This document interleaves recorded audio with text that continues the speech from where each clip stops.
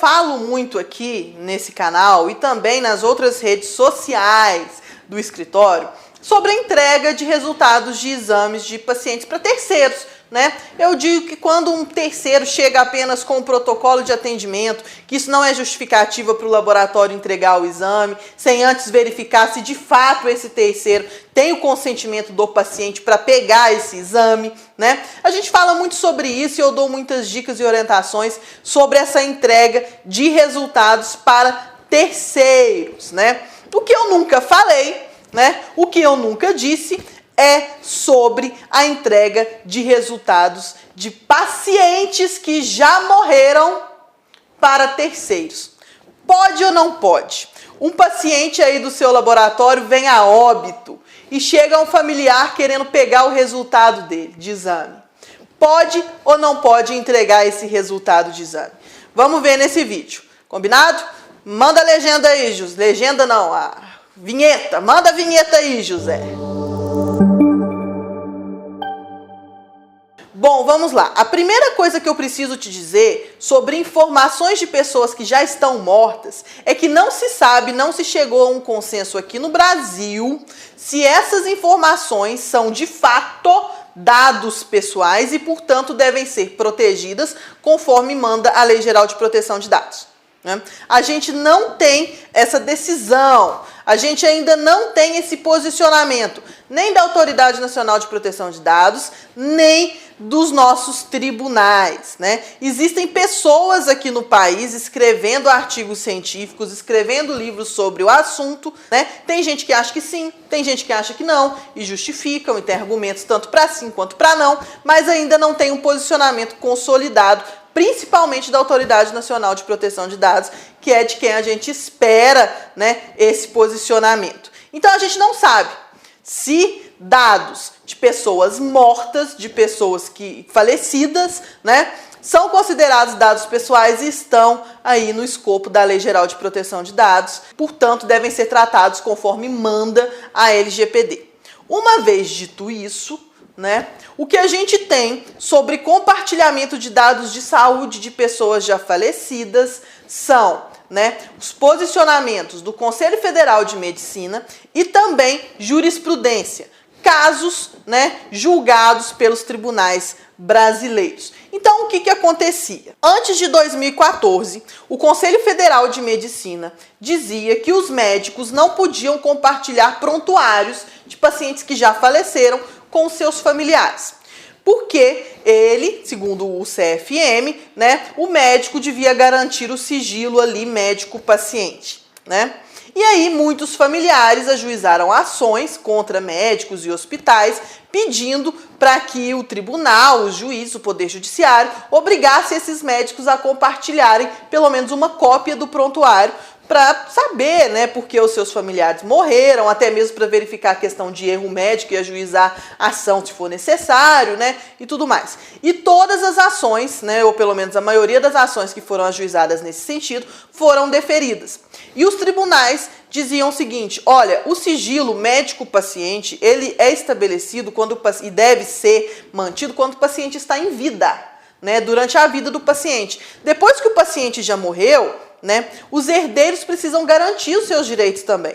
Às vezes aconteceu um erro médico e o herdeiro precisa provar esse erro médico. Ele consegue provar, muitas vezes, obtendo ali o prontuário médico. Então, sim, o hospital, o médico precisa compartilhar uma cópia do prontuário. E aí, né, o Conselho Federal de Medicina, depois de muitas ações nesse sentido, deferindo, né, e obrigando médicos e hospitais a compartilharem cópias de prontuário, o Conselho Federal de Medicina, ele criou uma diretiva, ele criou uma orientação, né, para médicos e hospitais e os profissionais de saúde. O que ele disse? Olha, sim, né, é possível e o médico, quando solicitado, deve compartilhar uma cópia do prontuário do paciente com os seus herdeiros legítimos até o 4º grau, né, desde que esses herdeiros legítimos comprovem esse vínculo com o paciente, né, e desde que o paciente não tenha expressado em vida que não queria que esse prontuário fosse compartilhado.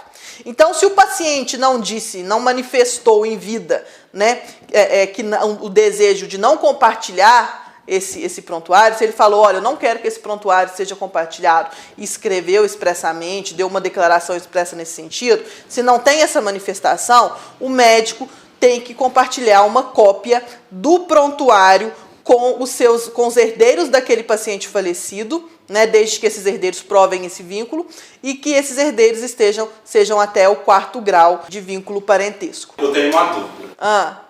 Mas e se eu tiver um diagnóstico muito sensível e eu não saiba, né, eu não tenha essa concepção que eu vá morrer? Um exemplo. E se eu não quiser que esse dado seja compartilhado com os meus parentescos? Como que faz, por exemplo, no laboratório de análises clínicas?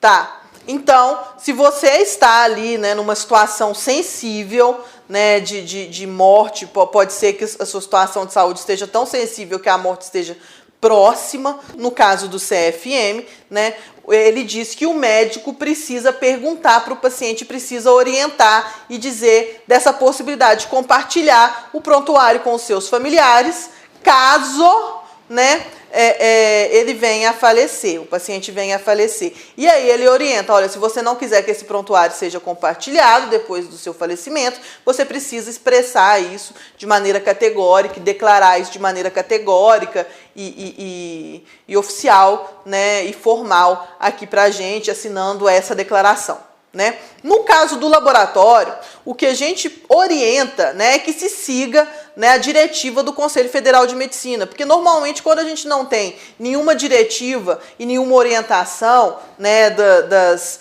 instituições aí, formais e oficiais relacionadas ao setor laboratorial, a gente sempre faz um paralelo com as diretivas que se há, né, aí do Conselho Federal de Medicina ou dos julgados e tudo mais relacionado ao direito médico. O laboratório é a mesma coisa. Então, para o caso do exame, né, o laboratório, e seguindo essa diretiva do Conselho Federal de Medicina, o laboratório deve sim, né, compartilhar e oferecer uma cópia do resultado de exame para os herdeiros legítimos daquele paciente falecido até o 4º grau, né? Exceto se o paciente manifestar que não deseja que esse resultado seja compartilhado. E aí, respondendo de novo a pergunta do José, no caso do laboratório, né, se por acaso o laboratório perceber ali que aquele resultado de exame é um resultado mais sensível, é um resultado que coloca a saúde do paciente em uma situação delicada, o laboratório deve informar para aquele paciente, né, obviamente que com todo carinho, com toda gentileza